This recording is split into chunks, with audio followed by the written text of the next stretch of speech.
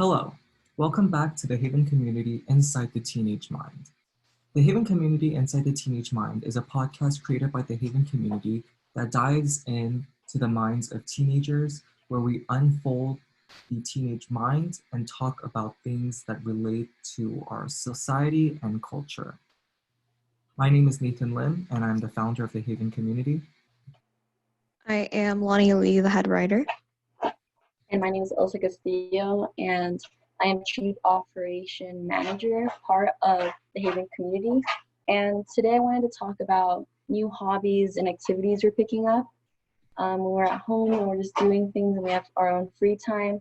And one of the ones I want to talk about that I've been doing is more kind of outside, but around the neighborhood, is I've been getting into skateboarding because I had the pleasure of having a friend who's able to give me a skateboard that she no longer was using. And I was like, oh, that's so neat. So I had it in my room for the longest time, just like under my bed. And especially when this summer started, I was like, oh, like I can try the skateboard, try to find my balance. Because I remember when I got in the beginning, I was falling off a lot and I was kind of scared of getting hurt. So I was like, I'll do it later. So I guess now that we have a lot of free time, I was like, oh, let me, experiment. Let me try out. Let me, like, when my family goes walking, just around to the block or something, I'll bring it. So I brought it, and at first it was like a little hectic. My sister picked it up way before me, skateboarding. So she was already sort of comfortable with her board. So it took me a little bit longer, but I like the experience of being able to like go on the skateboard and be able to like finally not be afraid to fall and just glide like across the streets and the sidewalks and able to do like just go fast and go with my sister, and that was really nice. That was one thing that I picked up this summer, and I thought it was really nice. But I don't know if you guys did anything like at home or outside as well. Like how have you guys been working up all this free time? Wait, so before we get into that, I guess, I'm just curious, like, do you self-teach, I guess? Or do you watch videos online on how to do that? Because it seems like I've tried kind of skateboarding at one point, but I don't know. I'm just like dexterity is kind of funky for me, I guess.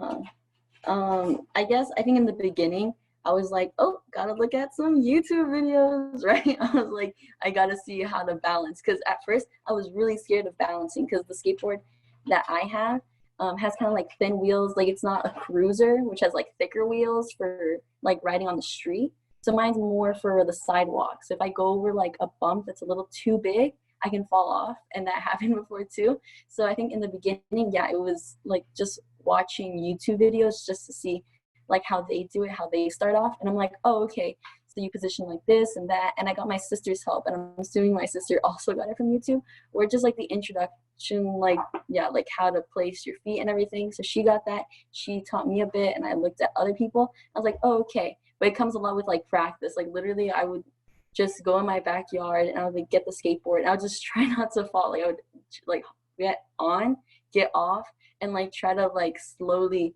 move forward without falling. Because at first it was very difficult. Like I would fall back, I would fall forward because I couldn't find my balance. So I had to be careful not to hit, because I have a lot of things in my backyard. So I would have to like make sure I don't fall back and hit like some random like I don't know storage container we have. So that was an experience. But after I got the hang of balancing, I took to the streets, and at first it was hard because I was a little scared to because like in the sidewalk you have, I guess, to the right in my case there's a street, and to the left was like, I don't know, we go around a park, so there's like a park.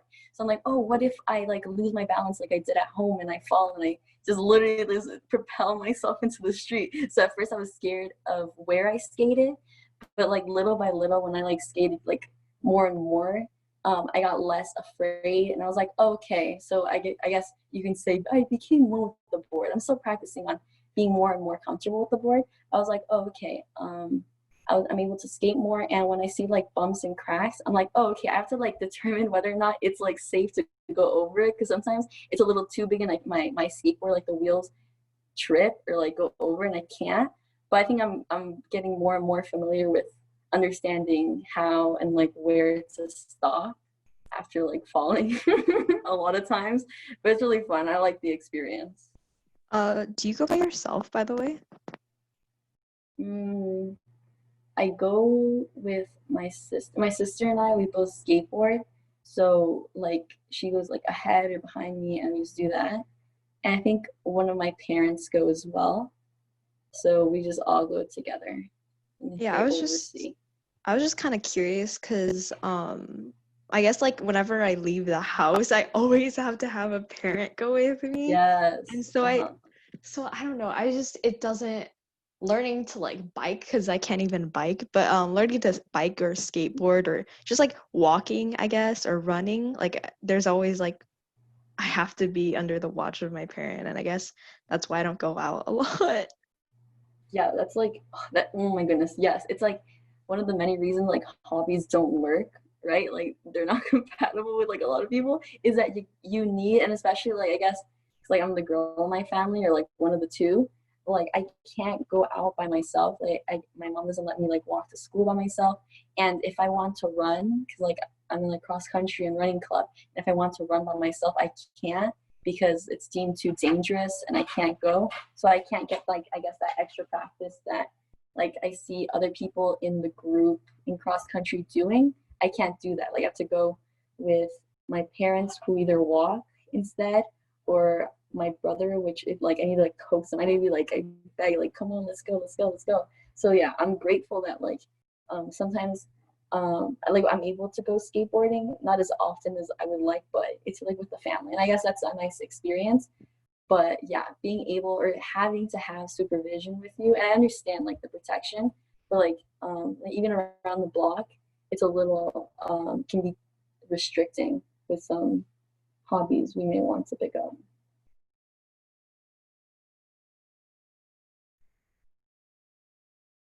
Nathan, have you not picked up anything? What kind of hobbies are you doing? I mean, first of all, I do want to go back to what Lanie said about how like there are some restrictions when you go outside the house, because like I totally relate when you said that you couldn't bike like or skate or things like that. Because like for me too, like I can't bike, I can't skate, let alone ride like a scooter. Like those kinds of things are definitely um, things that I can't do, and I feel like I will never have the guts to try out. Like that's just the restrictions that have been placed on me. But like to go back to your question, Alisa, about the hobbies that I started to take while staying at home, it's kind of been like forced, but like I've noticed that like doing it more often has helped me find to relax, and that's actually through the drawing class that I took at Pierce this summer. So the funny thing is, I was supposed to take it to meet my art requirement for high school and just to be able to graduate. But um, like that class, like really allowed me to actually take in a hobby I didn't know that I would find relaxing.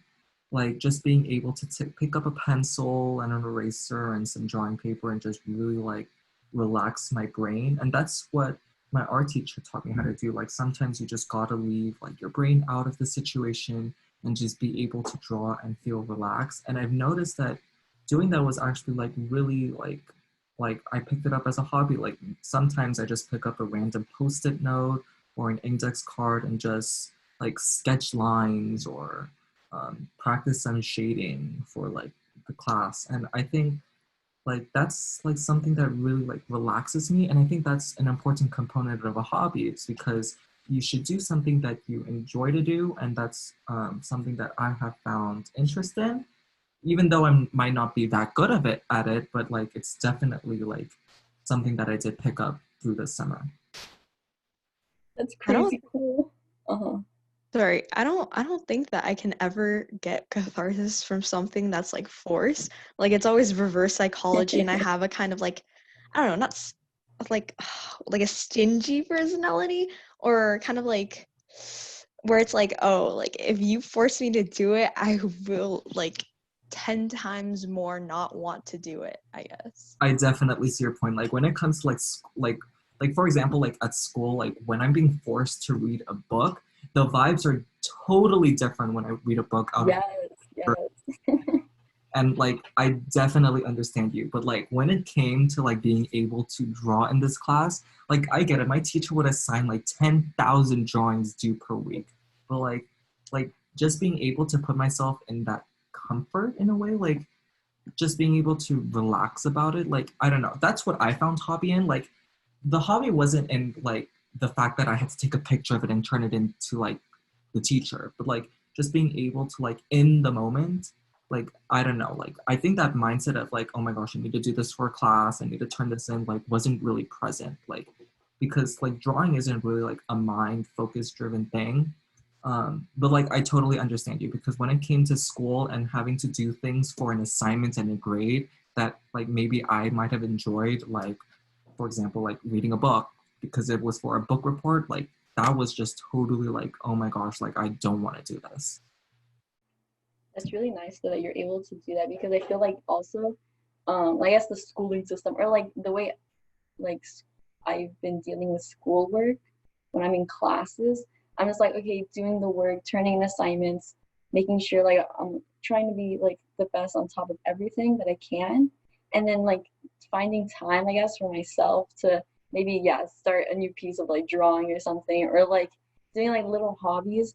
I feel like I just feel like more like it's a waste of time, right? And like I know like it's a hobby, like no, I should like leave some time for myself. But with all like the classes that I have, or the classes that I have to like do my best in, I just feel like it's kind of hard, it's kind of difficult in order to branch out and just do those hobbies, because it feels like I'm wasting time that should be dedicated to school.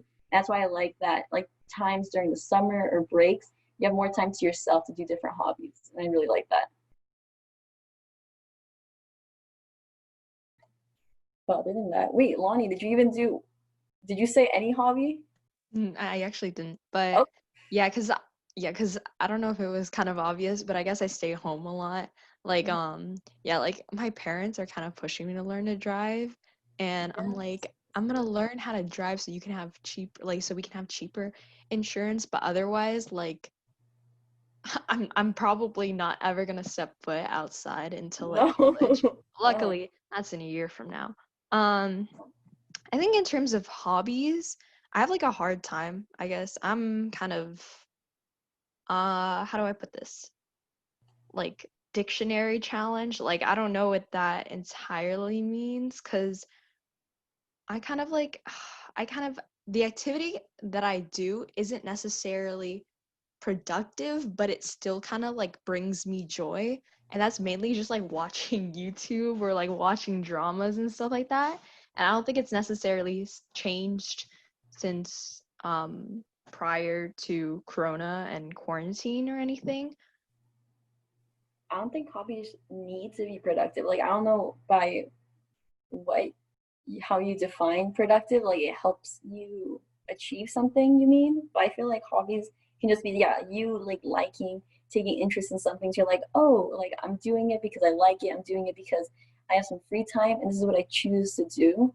And I feel like, I don't know about you, Lonnie, probably, but video games, like Oh yeah. picking up a few video games with like the free time we have, right? And even more so playing with friends online. That's like super cool, because before I was not into video games. I have not experienced any video games, but I was not forced. But I was repeatedly begged to do this game, and they're like, "Oh, it's so cool, whatever," right? And then I gave it a shot, and it was really nice. I still am not the best at it because my first time, but it's nice to be able to be with friends, and they're like supportive and like kind of like watching me slowly slowly get better. But yeah, I guess video games is a hobby that I've picked up that's more so like at home for me.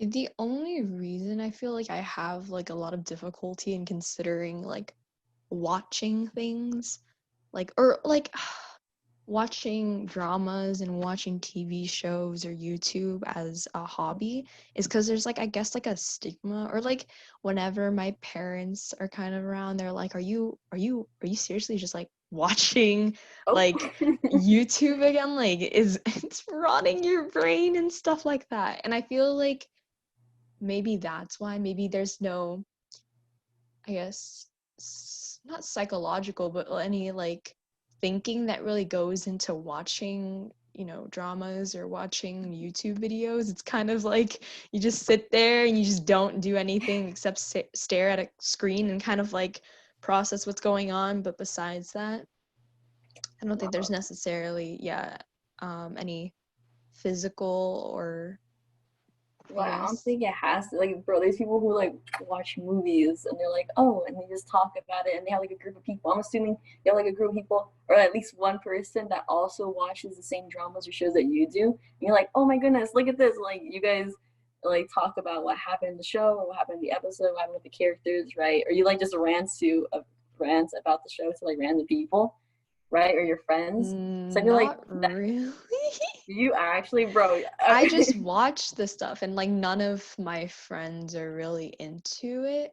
Like they'll say, "Oh yeah, I kind of watched it, but we don't really talk that much about it." So it's just me really watching those dramas and TV shows and like YouTube instead of I guess spending time with people and then talking to them about it or doing any like other actions that kind of, I guess, transcend in my brain or in my opinion transcend that line of like, oh, hobby.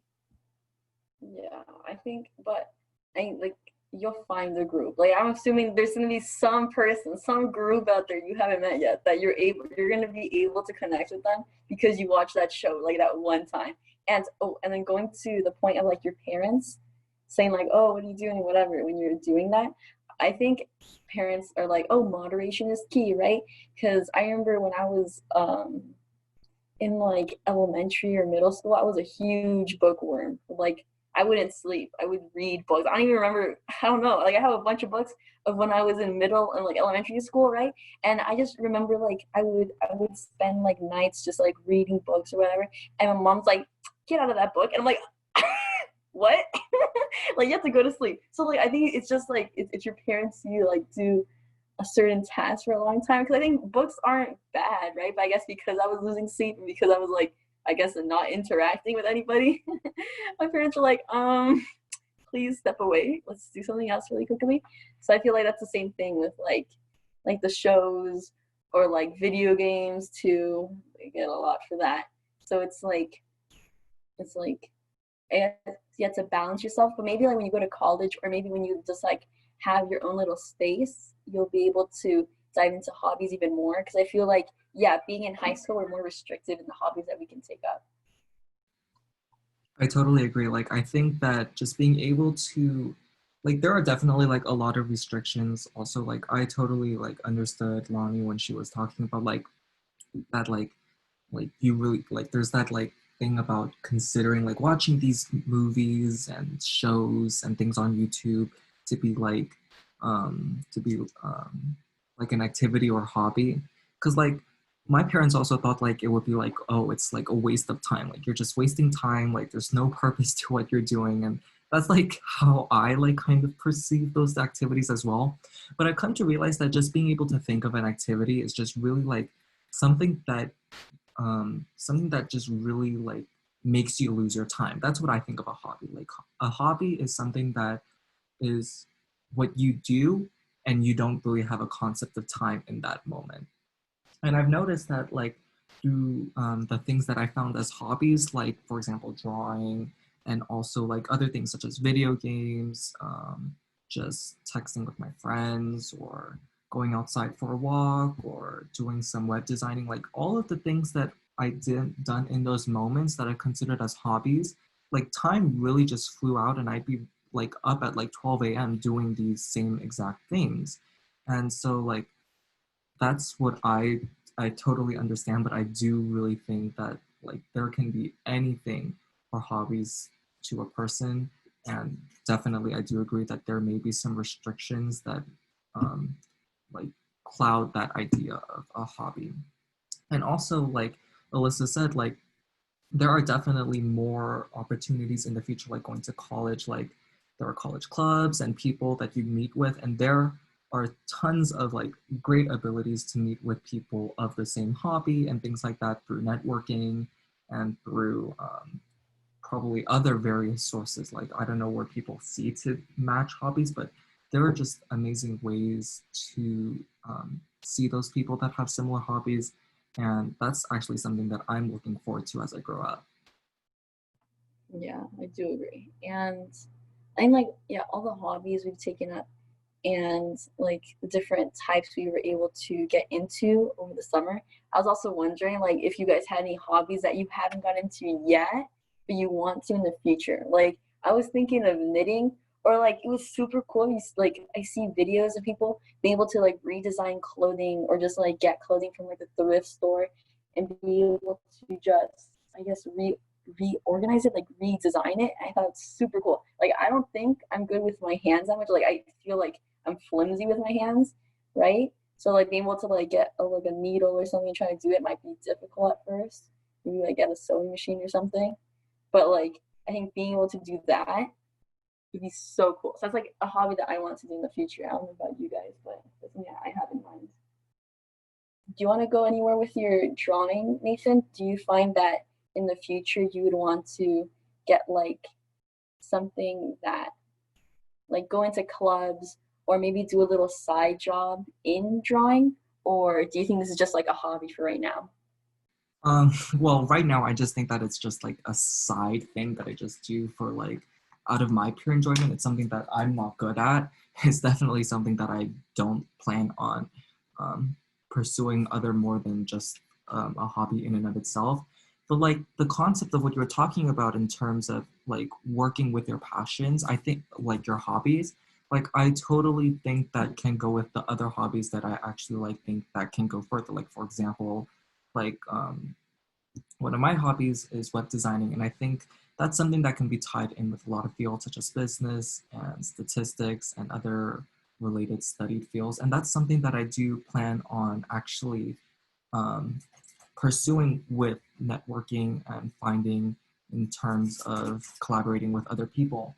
And I'm actually like, that's a really great point that you brought up, Alisa, because I do think that certain hobbies, like with the enjoyment that you have from it, you could totally do a whole other things with it. And that's what's really important. I definitely agree. Yeah, like being able to get a passion and be able to maybe not make a living of it, which would be amazing if you can, but just being able to enjoy, just being able to enjoy like the little things of just doing your hobby, maybe being able to show it to other people and bring them enjoyment is super cool. And I don't know about Lanie, but do you have any like hobbies you want to do in the future, or there's like things you want to pick up? So something I guess I kind of forgot to mention. Well, it's sort of tying back into the dramas and stuff like that, because a lot of the dramas I watch are in different languages, and I kind of like, I guess, after hearing it so much, I'm kind of like, oh, I'm a little, interested in like learning these languages. But I guess I have like a kind of textbook, and I've started to some degree learning, but I don't think I have like the language down like a like very proficient, like I don't know. And I guess in the future, okay, I guess in the future I want to I guess learn more languages, learn beyond just, well, the language I'm learning right now, sorry, or I'm trying to learn, I guess, is Korean. I'm having a little difficulty because there are so many, I guess, pronunciation rules. I'm not really sure how to word that. And maybe in the future I can learn more like Romance languages or European languages, and maybe even um, more, I guess, Asian languages. Yeah, for sure. I like really, that's so cool. I like, okay, um, that's amazing because I've tried to pick up different languages. Like I was trying to pick up Italian, right? And then, but sometimes I guess for school and everything again, like I don't find the time for it, or I'm like, oh, I should rather be doing schoolwork instead of this because yada yada yada. Insert reason, right? So I feel like yeah, being able to want to learn a language and be able to like explore not only the language but like the culture itself is like super cool. And like not only that, like it can start as a hobby, but you can get like a side job as a translator or just like a full-time job as a translator, which is super, super cool. So I think that's really nice that you're exploring different languages and just like discovering, I guess, the beauties and intricacies of it. Yeah, because I think I really like exploring too. So, like, being able to learn the languages and then travel to different countries would be really nice and kind of like practice the language to some degree because I'm a little shy. But going back a little to like the job aspect of it, I've always been told kind of that learning language is also kind of to some degree like an up because, when we live in a country that has a lot of different cultures and ethnicities and stuff like that, and some people don't speak English and or they're more comfortable in another language, like particularly in the location that we're at, Spanish being a really prevalent language or a second language, I would imagine. I think that was something that I've always been aware of.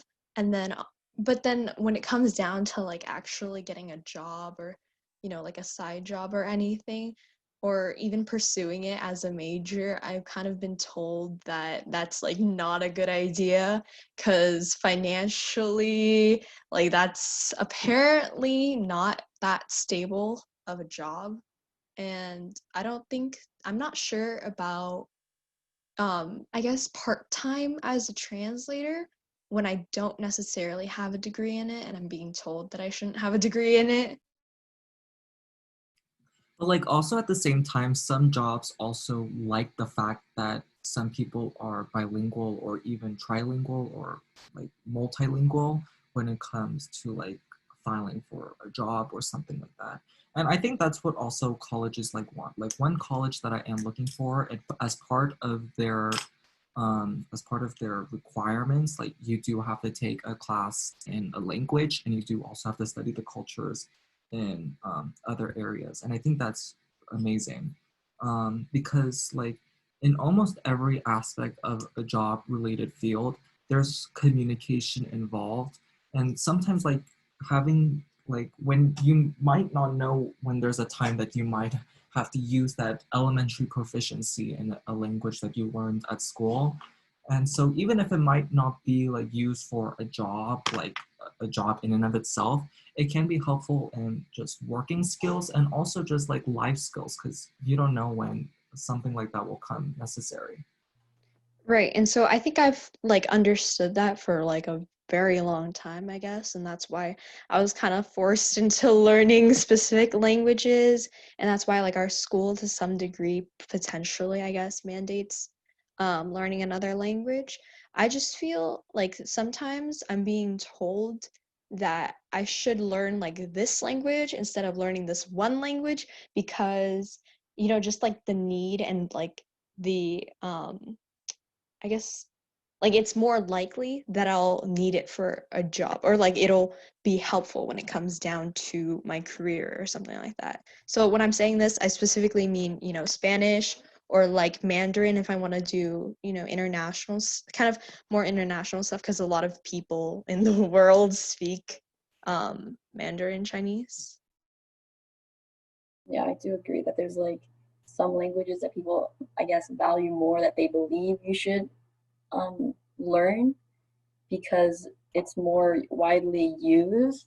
But I think like if you have passion for one language and you want to learn it because you just want to know about the language itself, its culture, whatever, like you should like do it because it's like an amazing experience and being able to see how other languages structure their like I don't know their syntax, their grammar is like insane. And sometimes it's hard for like Spanish, maybe the conjugations are a bit rough, but getting through like the obstacles and being able to like fluently talk to someone is super cool. And I feel like what you were saying about going to another like outside your comfort zone or going to another country to talk about the language is amazing. It's like a fantastic experience. It's like studying abroad in college and university. Like going outside your comfort zone and going outside your bubble in order to speak to someone or just talk to new people is not only beneficial because of the networking and the friends you meet, but it helps you grow, I think, as a person because you're like, oh, you are able to learn more perspectives of other people and able to see what they think, what they know, and what information they're willing to tell you in conversation when you're talking to them. I think that's super nice, like being able to go out.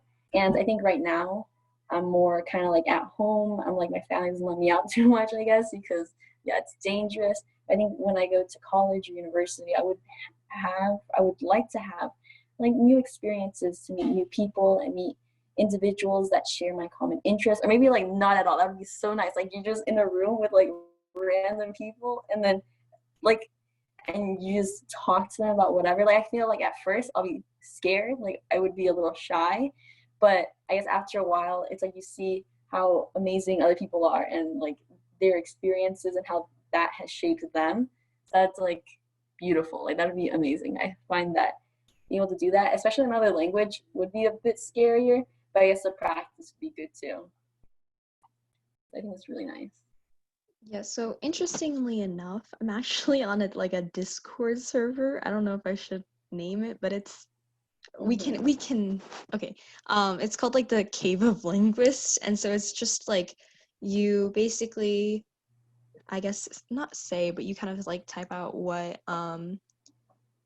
language I guess you want to learn or you're just interested in, and they have like multiple chats and stuff like that for you to kind of talk to people who know the language or live in a specific country, and it helps you like not only meet new people but also just kind of improve your understanding of the language and learn that language better, because in most cases, like again, I keep going back to the fact that the language that I want to learn isn't necessarily popular. So being able to have like this kind of exposure to it, aside from just my dramas, I guess, is it's extremely helpful, and it's nice that there's like a whole Discord server for it. Yeah, I think that idea of just being able to network and just like find people that have similar hobbies is really like, it's amazing. And I think just being able to like use these resources and find whatever they can to like really grow and also encourage the use of using these hobbies, I think is just like super amazing. And I think that's what really like, but I think that's like an important like life lesson and things that can be started even as young as the teenage age. Yeah, and I find it fascinating that like the hobbies that we mentioned before and that we're talking about right now and the ones that we want to pursue in the future, like all of these, there's so many resources we have online and being able to talk to other people, like with the servers that Lanie was talking about. And I actually, yeah, I have an application. I have an app that I downloaded on my phone where it's kind of like pen pals. So I can have pen pals from people all over the world. And I say like what language I'm interested in or what language that I know. So I put like Spanish and English, and I get messages and I message other people in that language, and being able to have conversations and be able to slowly get better at conversing with others online is an amazing experience. So I guess, I know it's grateful. It's like an amazing experience. And we should be very grateful that we have the internet in order to do things like this and be able to not only look at videos on how to skateboard, but to learn a language, meet new people, get that one drawing class at the community college to help you unlock your your love for drawing.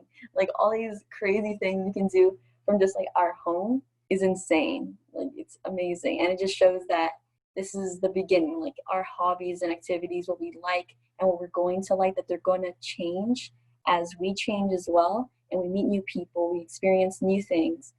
We're going to be able to want to grow more and we want to experience more, and we just have so many resources that it's up to us to find those resources and be able to seek them.